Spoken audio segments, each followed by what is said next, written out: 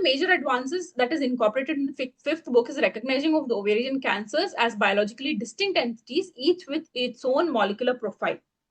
For example, high-grade carcinomas are driven by TP53 mutation and defects in homologous recombination. Low-grade serous carcinoma follows a MAP kinase pathway, in the sense that it has KRAS, BRAF, NRAS mutations. Okay, so there is a difference. When you look at endometrioid carcinoma, commonly demonstrates CTNNB1, P10, ARID1A, and PIK3CA alterations, which is a mismatch repair deficiency subset. So there is a lot of difference. The clear cell carcinoma again shows ARID1A and PIK3CA mutations, while mucinous carcinomas are often associated with KRAS and HER2 amplification. And another important thing I told you, the new entity, mesonephric-like, has KRAS PIK3CA reported in certain subsets. So the molecular alterations actually will guide you whether it explains the clinical behaviors, and it also helps the oncologist get guided towards a therapeutic response for tumors that is correctly targeted and custom made for that particular patient. So that is very important. You have to take a screenshot of this also. It's a very important molecular alteration. Then the ultimate goal of molecular pathology now in tumor classification is to enable precision oncology. The patients with BRCA mutations or homologous recombination deficit benefit from the PARP inhibitors, which have significantly improved the outcomes in high-grade serous carcinomas. There are some selected mucinous carcinomas with HER2 amplification that may respond to HER2 amplification anti-therapies. The endometrioid carcinomas demonstrate mismatch repair deficiencies, which I already told you, and these can be very good candidates for immune checkpoint inhibitors. Rare tumors harboring the NTRK fusions and BRAF mutations are eligible for high targeted therapies. So although not every ovarian tumor currently has an approved targeted treatment, the WHO framework is designed to accommodate these rapidly evolving therapeutic advancements, because you now know where these inhibitors play a role in. So this is a biomarker and potential targeted therapy slide. So please take a screenshot of this to understand the clinical perspective of what you're reporting in molecular genetics of ovarian carcinomas. Then the fifth edition encourages a systematic diagnostic flow. So far we've discussed each of these cascade that I've just given you. All of this we discussed one by one, right? So basically, it's a synoptic reporting that is encouraged by the fifth edition. Rather than relying only on the morphology, the process now carefully reviews the patient's history, the imaging findings, the information such as the patient's age, presence of endometriosis, presence of any hereditary cancer syndrome, any prior malignancies, any neoadjuvant therapy that has been given prior for any other malignancy. So the gross examination remains fundamental. Features such as laterality, cystic versus solid architecture, papillary excrescence is present or no, mudal nodules present or no, capsular rupture present or no, extra ovarian involvement, etc. should be very meticulously documented. You can't skip any of this. Histomorphology provides an initial differential diagnosis. Once the entities are identified, you can have a focused IHC rather than beating about the bush. You should have a focused IHC panel that has to be selected. For example, you would want to select WT1P53 useful for high-grade serous carcinomas, not everything else. Whereas you would want to select NAPSIN A and HNF1 beta if you are looking at a clear cell carcinoma, right? That is what we spoke about. Then the molecular testing should always be performed selectively to resolve the diagnostic uncertainty rather than to identify the just beating about the bush and looking at every other alterations.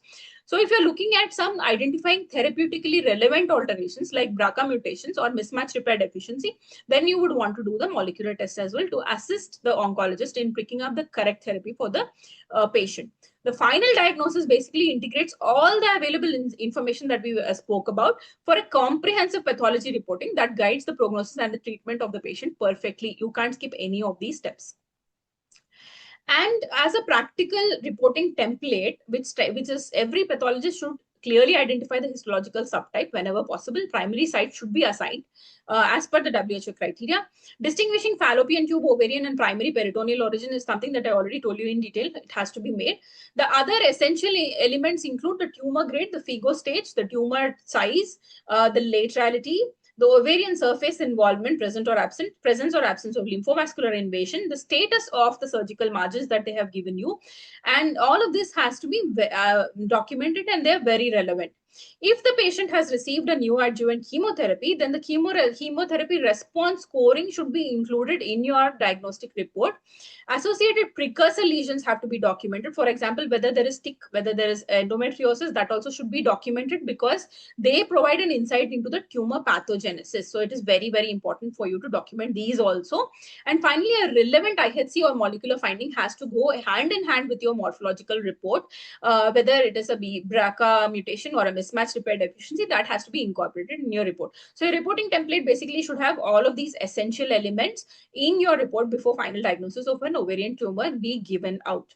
Of course, in resource limited places, it might be difficult to give out the molecular, but definitely IHC is doable everywhere now. So the WHO 5th edition seeks to reduce some common diagnostic errors. The reason why this was built up was some diagnostic errors had to be removed. One of the most frequent mistakes is assuming that every poorly differentiated ovarian carcinoma is high grade. No, not everything is high grade. You might have seen already in your practice that some things that you thought as high grade do better. Some things that you have thought as high grade may not do better. So although it is very common subtype to have a high grade tumor, assuming everything as high grade is not something that you have to do. So the most common subtype among these is high grade endometrioid, high grade undifferentiated, and metastatic tumors should always be considered during your differential diagnosis whenever you're looking at any of the high grade tumors. Another pitfall is I told you high grade, low grade tumor type 1, type 2 differentiation. I already told you in the lecture in the beginning, so you have to apply that. Another pitfall is continued use of the outdated terminology such as seromucinous carcinoma, which is no longer recognized. Do not use seromucinous carcinoma anymore. Then there is failure to examine the fallopian tubes, which is very, very detrimental because you're losing out the important precursor lesion for the ovarian carcinoma. So failure to examine the fallopian tubes is a burial ground. You do not miss that out.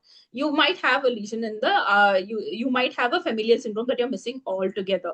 So if you're missing a stick lesion, there is an incorrect assignment of the primary site itself. That's another pitfall. You should not miss that out.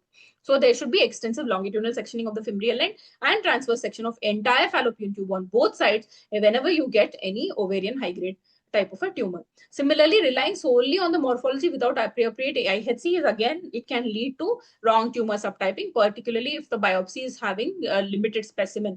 Finally, assigning the ovary as the primary site without excluding the tubal origin contradicts the current WHO recommendation completely. Do not do that unless you have completely sectioned both the fallopian tubes. Don't assign the primary as the ovary. Then awareness of all these pitfalls will help you in the correct assignment of the tumor and is having a lot of effect on the treatment protocol of the patient. So if we compare the 5th and the 4th edition, we can appreciate the changes that are not merely introducing new tumor types and in removing the old ones. Instead, it is a fundamental shift in the way we are understanding the ovarian tumors, right? So the earlier classification were predominantly a morphological driven diagnosis where we entirely relied and we saw under the microscope the architectural pattern, the cytological features, the growth pattern, and we just classified the tumors. The modern morphology remains the cornerstone, but we now recognize ovarian tumors have overlapping microscopic appearances. And there can be two tumors that look relatively similar, but they may differently behave in the treatment of the patient. This is because there are different molecular pathways that have driven these two tumors. So this has led to the concept of integrated diagnosis that have been adopted in the new WHO 5th edition. So today we combine the traditional histopathology with the IHC, with the molecular pathology for a more accurate and reproducible diagnosis with very minimal inter-observer variation. So that is a very important thing. Another conceptual major change that is there in the tumor now is paying attention on tumor biology rather than the morphology alone. So there is that big paradigm shift. So where does the tumor arise from? Instead of just asking what does the tumor look like, now the question is where does the tumor arise from? And what is the molecular alteration that has driven the tumor to pick up this morphology? How will this influence the patient management? That is an important biological approach that has changed the entire the entire tumor subtype of WHO, and it's a major transition. One example of this is carcinosarcoma, which is no longer recognized as mixed epithelial mesenchymal tumor because molecular studies have shown that both components share the same genetic alteration and a common epithelial origin. So therefore, the carcinosarcoma is a subtype of ovarian carcinoma. It is not a mixed tumor. Another thing is, similarly, seromucinous carcinoma has been removed by the same thing, that it is now not a distinct entity, because studies have showed that poor diagnostic reproducibility and showed most of these tumors were better classified as endometrioid, less commonly as low-grade serous carcinoma. So that entity has been removed. Seromucinous carcinoma is no longer an entity.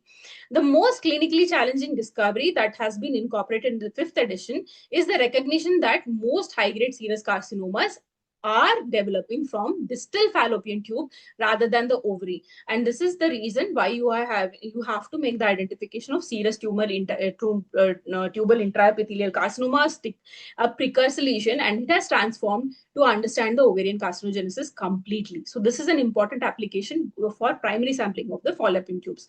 Another important advancement is the molecular pathology that has to be put under routine practice. So the molecular alterations of TP53, BRCA1, BRCA2, ARID1A, KRAS, BRAF is no longer a purely research finding. It is prognostic. It is important for genetic counseling. It is important for targeted therapies like PARP inhibitors. So the WHO has replaced and placed emphasis on hereditary cancer syndromes, acknowledging the increasing importance of identifying the BRCA-associated hereditary syndromes and ovarian cancer syndromes such as Lynch syndrome.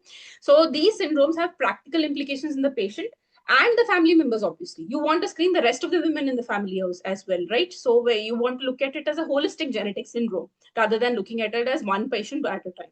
So finally, the WHO fifth also provides a standardized reporting terminology. The concepts such as essential versus desirable criteria is present. Standardized IHC panels have evolved. Chemotherapy response scoring is something that we looked at. And then this entire thing has harmonized nomenclature that has consistency across institutions. And like I told you, even the measurement is now in micrometers, and it is not as a high power field. So that also has a major change, because that will again change inter-observer variability. So this addition mainly transitions the descriptive pathology into a biologically driven integrated process that is clinically relevant for precision pathology. So there is a lot of change in the WHO fifth book. So if you look at the key points, is to remember that fallopian tube is now considered the origin for high-grade serous carcinomas, and routine IHC is recommended when molecular pathology is increasingly incorporated. Carcinosarcoma has been reclassified as carcinoma, seromucinous carcinoma has been removed, mixed carcinoma has been reintroduced in diagnosis of only when both epithelial and the mesenchymal component are from different origins and they're unequivocally present. Chemotherapeutic response scores are driven, and the concepts are frequently examined in your exams. So you should be aware of all of these. So as a final note, the modern pathologist is no longer limited to naming a tumor and looking at the morphology. So you have to define the biology, predict the behavior of the tumor, and guide the precision therapy